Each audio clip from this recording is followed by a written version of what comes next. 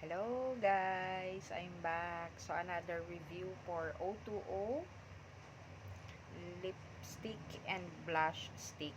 So ito yung sinabi sa inyo na gagawin ko ng separate na video dahil si blush stick na ito is gamit ko na siya last year pa. So last year ko pa siya na-try.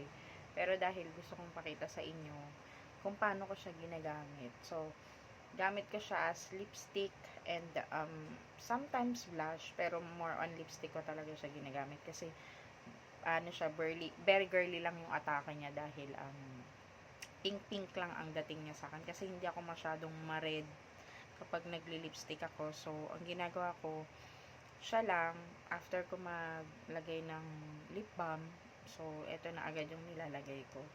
So ina-apply ko lang siya sa lips ko, nagamitan ko siya ng brush. So, ang alam ko, itong blush stick na to is 6 yung color niya. So, yung color na kinuha ko is number 6 to eh.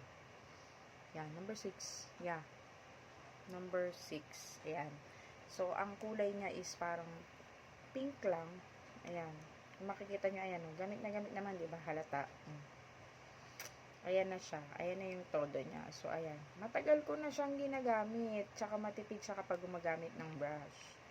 Eh, kung thinking na everyday ko siya ginagamit. So, di ba, mas hindi ako kasi masyadong malipstick na tao eh. So, this time, papakita ko lang siya sa inyo kung paano ko siya ginagamit as lipstick and as blush na rin. So, naglagay lang ako ng moisturizer sa mukha ko.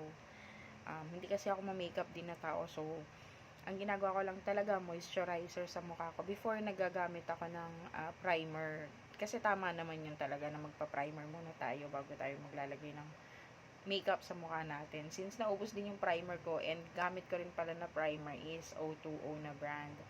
So, ngayon, papakita ko lang sa inyo kung paano ko siya ina-apply. So, wala naman akong ibang nilagay sa mukha ko kundi yung moisturizer ng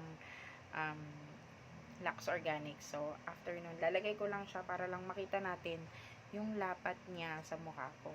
So, eto na, wait lang.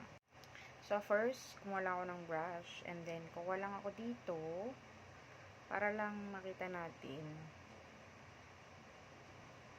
sa lips.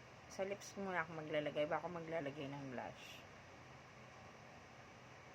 Yan.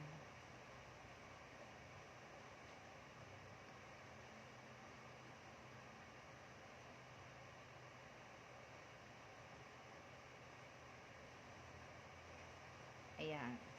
Dagdagan pa natin. Diba?